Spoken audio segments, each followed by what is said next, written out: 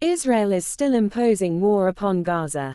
Almost daily, people are killed.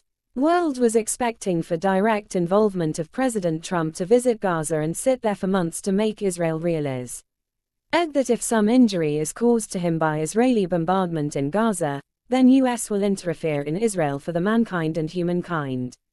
The president may do this technique even now. Nobel Foundation, Norwegian committee may note the baseless attack of Israel on Iran. And Israeli Prime Minister presentation a recommendation, acknowledgement letter to the President Trump during a meeting at dinner in White House on Monday the 7th of July admiring Trump.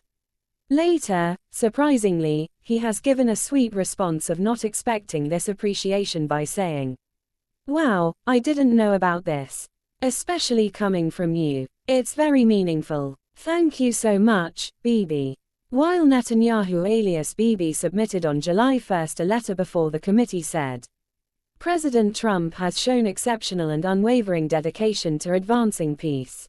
In his letter, Israeli PM mentioned that in the first term, Trump had normalized relations between Israel and UAE, Bahrain, and Morocco.